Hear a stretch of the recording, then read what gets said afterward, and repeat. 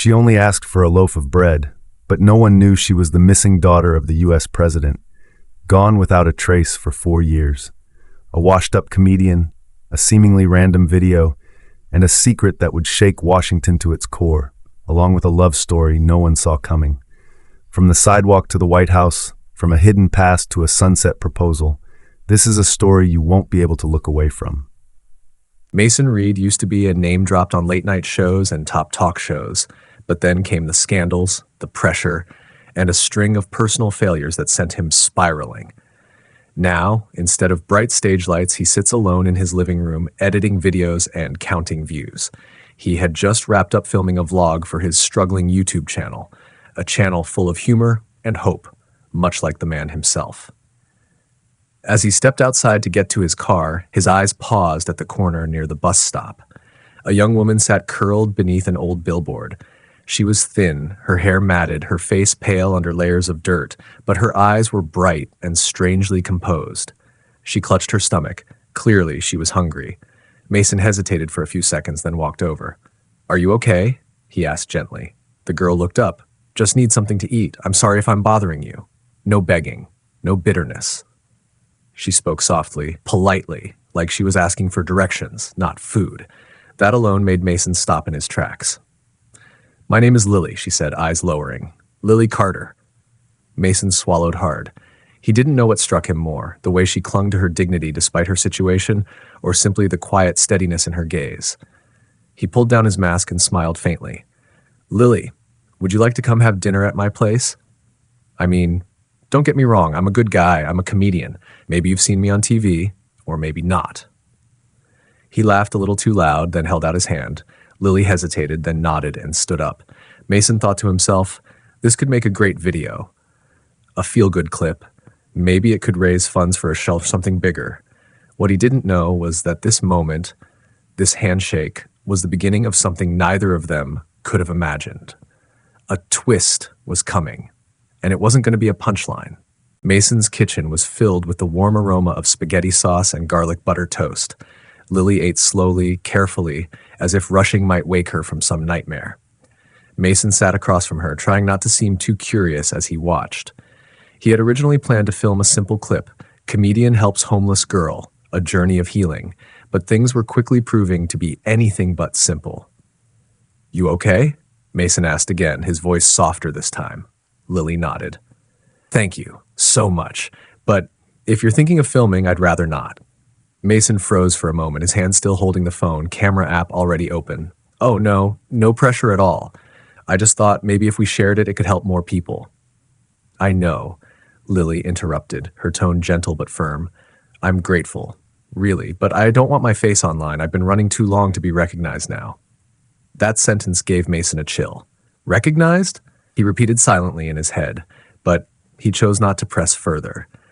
He just gave a small nod and smiled, trying to hide the curiosity now burning inside him. After dinner, Mason's housekeeper, Judy, led Lily to the bathroom. About 10 minutes later, Lily stepped out with damp hair and one of Mason's old t-shirts. Judy's face went pale the moment she saw her. Her eyes locked onto Lily's left shoulder. A small crescent-shaped scar, clean and symmetrical like it had been made by a surgical tool, and right beside it a faint symbol, almost like faded initials. "When did you get that scar, dear?" Judy asked, her voice trembling. Lily froze. "I don't really remember.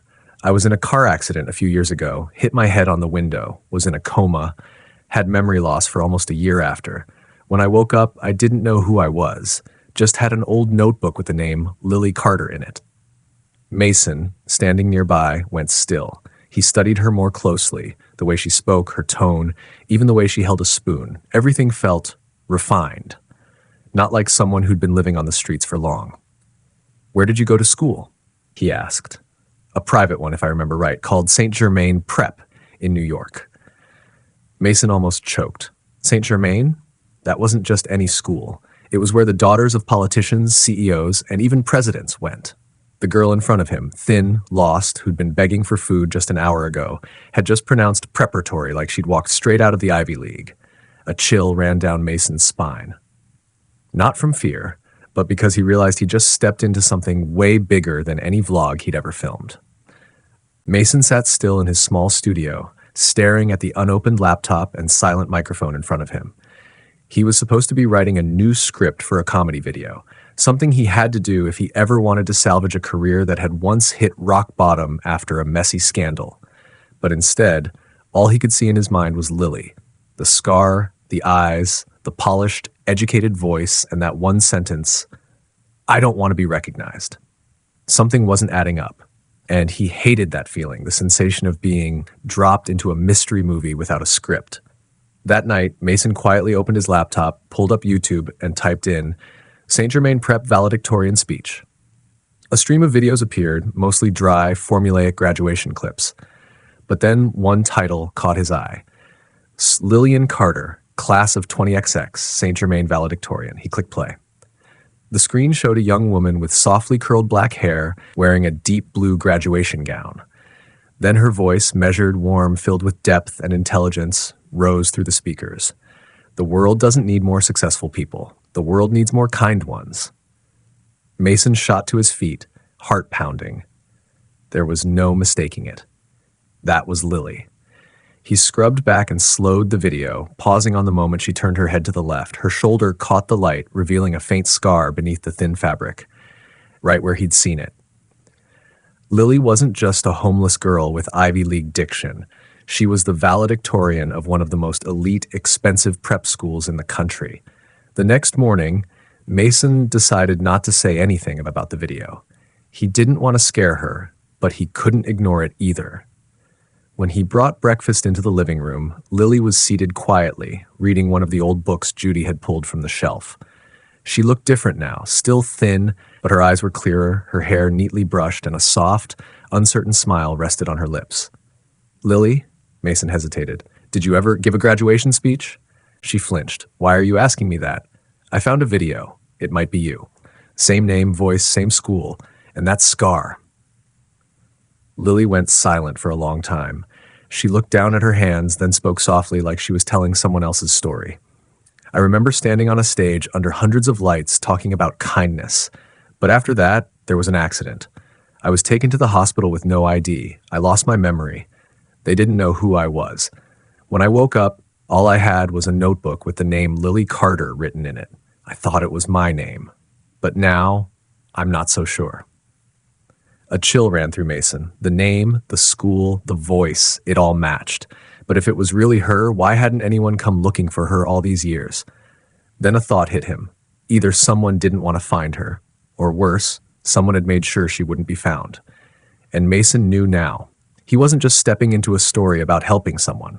He was stepping into a secret that could shake the entertainment industry and the political world to its core. Mason didn't know why he uploaded the video. Maybe because it was just too moving. The shot of Lily sitting quietly in the kitchen, eating a bowl of hot soup Judy had made, sunlight streaming through the window and catching the thoughtful look in her eyes. Her face wasn't shown, just a soft profile and a faint reflection in the decorative mirror behind her. He had blurred the frame carefully, edited it just right to protect Lily's identity, just like she asked. But he hadn't realized that one tiny detail in the mirror would change everything. Within 24 hours of posting it on YouTube under the title, "A Moment of Kindness in a Cold City," the video had hit 2 million views, and the comment section exploded. "That scar on her shoulder looks really familiar. I've seen Lily Carter's valedictorian speech, top of her class at St. Germain. The voice is identical. Wait, is this Lily Carter, President Charlotte Carter's daughter?" That last comment was like striking a match. In less than 6 hours, Reddit threads, Twitter, now X, Facebook, and even tabloid sites all started asking the same question. Has the president's daughter, missing for 4 years, just been found homeless in a random YouTube video? Mason read those words with his heart pounding like it wanted to leap out of his chest. He quickly switched the video to private, but it was already too late. The next morning, at 7:04 a.m., there was a rapid knock at the door. Judy opened it to find a tall man in a black suit standing solemnly holding up a badge. "I'm Agent Miles from the United States Secret Service. I need to speak with Mr. Mason Reed. It's urgent." Mason came down the stairs, his heart sinking to his feet. He had never seen a real agent in person before. His mind raced through all possibilities. Arrested for spreading information, leaking national security secrets, or being sued? But Agent Miles' expression made him pause. It wasn't anger. It was tense, but relieved. Mr. Reed, Miles said, your video may have just helped America find the person considered its most mysterious missing for the past 4 years. Mason choked on his words. Lily Carter really is the president's daughter? Miles nodded. Yes, she went missing after a car accident on the way home from her graduation party. The car plunged into the river and all traces of her disappeared. The president and her husband, then not yet elected, searched everywhere, but the case was closed after 3 months due to no leads. Mason gasped. And now, I accidentally? Not accidental, Mr. Reed, Miles interrupted. You just opened a door, but you also caught the attention of many, people who don't want her to come back. A chilling silence. We need to meet Lily, and soon, because if she really is Lily Carter, there are people who will want to silence you both, forever. Mason slammed the door shut the moment Agent Miles stepped inside, not out of rudeness, but because his heart was pounding like a war drum. Lily was still asleep upstairs, unaware that her life was about to veer onto an entirely different path, forever. We need to verify her identity immediately, Agent Miles said, his voice low and firm, but it has to be done discreetly. The president doesn't want any information leaked until we have confirmation. The president knows? Mason swallowed hard. She didn't sleep all night. Miles looked up at Mason, and for a brief second, his gaze softened. When she watched the video, she nearly collapsed. Even though it was just a side profile, a mother knows her child, especially when the whole world doesn't. Mason felt a lump rise in his throat. What started as a simple act of kindness had now made him the bridge between two people torn apart for 4 long years. She doesn't remember anything, Mason said quietly. She mentioned going to a private school, and after the accident, she lost her memory. I thought maybe she was just too broken to go back. Miles nodded. Amnesia from head trauma isn't uncommon, but what's strange is no one found her in 4 years. No trace. No bank activity, no fake ID, no contact with anyone. It's like someone deliberately wiped her off the map. That sentence sent a chill down Mason's spine. Footsteps echoed from upstairs. Lily had just woken up, her hair still tousled, eyes dazed and tired. But the moment she saw Miles, a sharp flicker of wariness rose in her expression. "Who is that?" she asked, taking a step back toward the stairs. Mason quickly stepped forward to reassure her. "This is Miles. He's a friend, works with the government. He just wants to help you, Lily. It's okay." Miles didn't move closer. Instead, he gently extended a hand. "I'm not here to harm you. I just have a few questions, and if you agree, we'll run a simple test, painless, just to help you find out the one thing you deserve to know, who you are." Lily looked at Mason, then back at Miles. Her lips trembled slightly. I don't remember," she whispered, "but sometimes I dream of a sea blue room with a world map on the wall and a woman singing lullabies with an American-British accent." Mason felt his fists clench. Every detail matched Lily Carter's childhood bedroom, just like the old photos he had seen online the night before. Miles looked at Lily, and his eyes no longer carried the steel of a federal agent. "You might have been lost for 4 years, Lily, but if you're ready, we can bring you home." Lily was silent for a long time. Finally, she nodded, whether out of trust or because something deep inside her was quietly stirring. And in that moment, Mason knew. The real storm was just beginning. That morning, the sky over Los Angeles was unusually gray. Heavy clouds hung low, as if holding a secret no one dared to speak. Mason stood by the window, a cold cup of coffee in hand, heart pounding. A black armored SUV pulled up in front of the house, followed by 2 escort vehicles. The woman who stepped out of the lead car needed no introduction. Her face was known across America. President Charlotte Carter. At 54, she still carried the grace, intellect, and quiet power that defined her. But today, her eyes held no authority, only a hope that had been buried for 4 long years. Mason opened the door. The house suddenly felt small amid the footsteps of Secret Service agents and the crackle of radio chatter. Charlotte looked at Mason, trying to smile, but her eyes were already blurred with tears.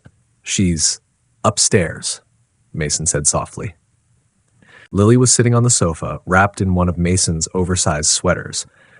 When she saw the unfamiliar woman enter, her face instantly went pale. She stood up, instinctively searching for an exit. It's okay, Mason whispered, gently placing a hand on her shoulder. She just wants to see you. Charlotte stepped forward slowly, as if afraid to break something sacred. She didn't speak. She simply pulled a worn photograph from her coat pocket, a little girl around 8 years old, bright-eyed and smiling on horseback, beside a much younger Charlotte, beaming with pride. Lily looked at the photo. For a moment, something flickered in her eyes. Then she shook her head rapidly, as if resisting a hazy memory trying to return. No, I'm not that girl, she said, stepping back, hands trembling. I don't remember. I don't know who you are. Charlotte could no longer hold back the tears. She let the photo fall and covered her face as she wept. The powerful president now looked like any other mother, vulnerable, wounded, and aching with hope. My daughter had a tiny butterfly-shaped birthmark just behind her left ear, she whispered, and a crescent-shaped scar on her right shoulder, from a bike accident when she was 9. Mason glanced at Lily. He had seen that scar himself. 3 hours later, the DNA test results arrived via a senior agent. Agent Miles laid the paper on the table in front of Mason. We triple-checked. There's no mistake. She is Lily Catherine Carter, the daughter of President Charlotte Carter, abducted 4 years ago in Boston during a failed assassination attempt on the president. The air grew heavy. Lily sat motionless, her eyes staring into the distance. Abducted? She echoed. They moved you from place to place, Miles said gently. Each year, a new name, a new story, under the guise of adoption. Eventually, you forgot who you were. Mason suddenly remembered her eyes. That day, she sat on the curb, clutching her stomach in hunger. He never imagined that beneath the dust of the street lay not only a lost identity, but a heart that had endured more than most could bear. Charlotte didn't approach again. She remained just a few steps away, her eyes brimming with tears, yet filled with pride. If you're not ready, I can wait, she said. As long as I know you're alive, I can breathe again. And for the first time, Lily didn't step back, she just whispered, You called me Mom? Lily stood there, frozen in place. Since waking up in that small border town hospital years ago, no one had ever called her daughter. No one had ever cried just because she was alive. For the past 4 years, she had lived like a shadow, eating scraps, sleeping wherever she could, clinging to small, scattered moments of kindness from strangers. And now the most powerful woman in America stood before her, tears in her eyes, because she missed a daughter who had vanished. You really believe I'm your daughter? Lily's voice sounded like it came from somewhere far away. Charlotte Carter nodded slowly. I don't just believe, I know. The world seemed to fall silent. Mason quietly stepped back, giving space to the two women, one a mother, the other a daughter lost to time. But Lily still couldn't bring herself to open up. That night, Lily sat curled up on Mason's balcony. Wearing an oversized hoodie and with damp hair from a shower, she looked more like a college student who just survived finals than the daughter of a president. Mason set a cup of hot cocoa down beside her. Want to talk? Lily looked at him. For the first time since they met, her eyes held real conflict. Do you think I'm the person they say I am? She asked. Mason sat down beside her. I believe in what I feel. You're not just some random girl. The way you speak, your posture, your eyes, it never matched what you'd expect from someone living on the streets. And that scar... Lily let out a soft, bittersweet laugh. Sometimes I think maybe I am someone important. Then I tell myself, get real, Lily. You're just the girl who got left behind. Silence. Mason hesitated. Do you ever remember anything? From before the accident? Lily closed her eyes. There's a dream that keeps coming back. I'm wearing a white dress, standing in a garden full of lavender, a piano's playing, and someone calls me Lily Cat. She opened her eyes and looked at Mason. Sounds silly, doesn't it? Mason shook his head. I think it's a memory. The next morning, Mason got a call from Agent Miles. She's in danger. The people behind her abduction were never caught. We believe there was an inside man, someone once working inside the White House. Miles paused, then added, and the fact that she's been found, if that leaks too soon, it could bring the whole thing crashing down. Mason looked upstairs to where Lily was still asleep. Part of him wanted to return her to where she belonged, as the president's daughter. But another part wanted to keep her safe, far away from headlines and threats, because now she wasn't just a mystery or a story that might go viral. She was the one person who made him want to live honestly for once. And Mason knew, from this moment on, he would do whatever it took to protect her, even if it meant going up against the White House itself. Lily sat by the living room window in Mason's house, gazing out at the soft gold of the evening sky. Long-buried memories stirred, and fragments once thought lost began falling into place, forming a clearer picture. After the car accident, Lily began, her voice gentle, as if afraid the words might vanish if she spoke too loud. I remember someone who wasn't a stranger. He was someone my mother once deeply trusted. He worked closely with the government. She paused, struggling to piece together the jumbled memories in her mind. He kidnapped me. Mason stayed silent, listening.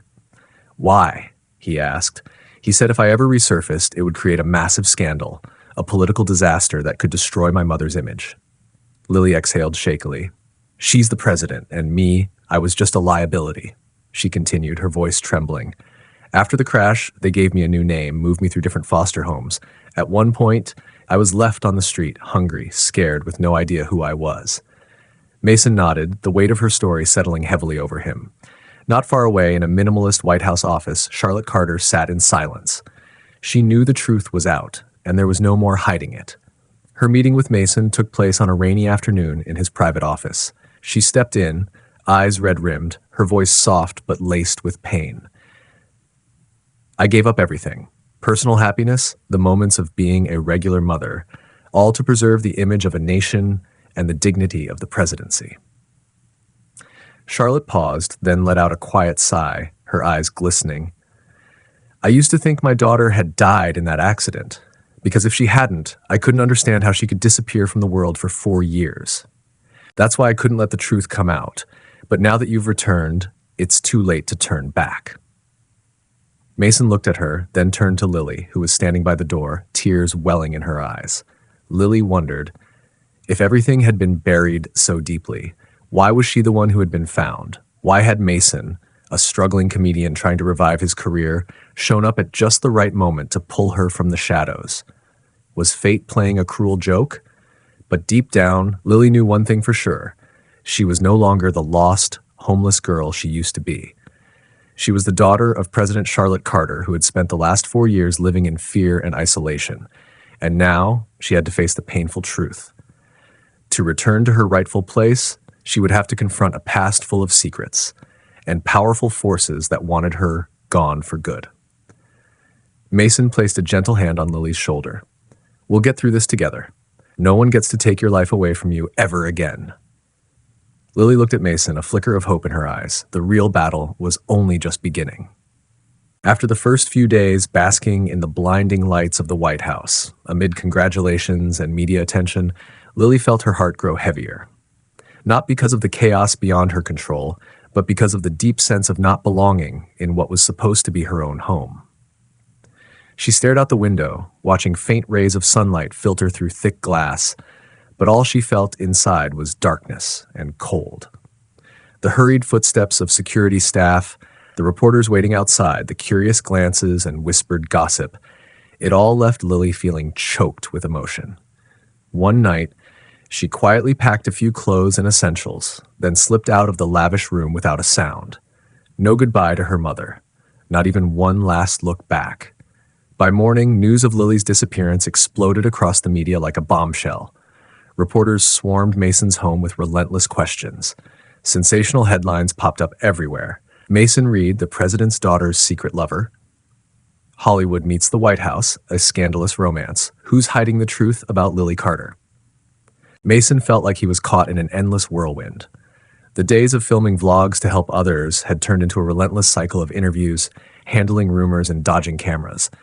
But deep inside, Mason only felt a vast emptiness. Lily wasn't here. She had left without a trace. Exhausted both physically and mentally, Mason refused to give up. He knew he couldn't just wait for Lily to come back. He had to take the initiative to find her, not for fame or recognition, but for one simple and genuine reason: the true love he felt for that small, strong girl.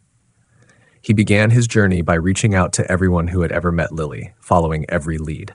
From the alleys she once wandered to homeless shelters, from old friends to places she might have gone. Mason documented the journey on his vlog, not for fame, but in the hope that someone would see it and help. "You're not just a story to tell," Mason said in an emotional clip. "You're a person, a girl with a painful past, but also a future worthy of love." He promised himself he wouldn't give up, no matter how hard it got, no matter where the person he was searching for might be out there. Because love isn't always about the spotlight or the stage. Sometimes it's about the persistent steps taken in the dark, hoping that one day, together, they'll step into the light. And Mason, the comedian trying to find himself again, knew that this journey to find Lily would change not only her life, but his as well. After a long search, Mason finally found Lily working at a horse ranch in Texas. Mason looked at Lily, seeing her eyes sparkle like stars just waking up. He thought to himself, after all the hardships, she deserves happiness. Nothing in this world can hurt you anymore. From his pocket, Mason pulled out a small box. Inside was a special ring, not diamonds or gold, but a simple ring made from horse ranch rope, symbolizing resilience, connection, and overcoming every challenge. "Lily," he said, his voice shaking but full of sincerity, "I'm not perfect. I've stumbled too, but since I met you, I know I want to walk every path with you. Will you marry me?" Lily smiled, tears rolling down her cheeks. She didn't need fancy words, just honesty like that. She nodded, choking back tears. "Yes, Mason, I will." After deciding to build a future together, Mason wrote their story, a tale of loss, love, and coming home, in a memoir titled The President's Daughter Slept on My Couch. The book quickly became a bestseller across America, touching millions of hearts with its raw truth and the power of humanity. But they didn't stop there. Lily used her story as motivation to help other homeless women. She opened a support center where they could find shelter, learn skills, heal, and regain hope for life. In a brief speech before the center's grand opening, Lily said, "No one chooses where they're born, but everyone deserves a place to come home to. A place where we find not just shelter, but love, forgiveness, and new hope."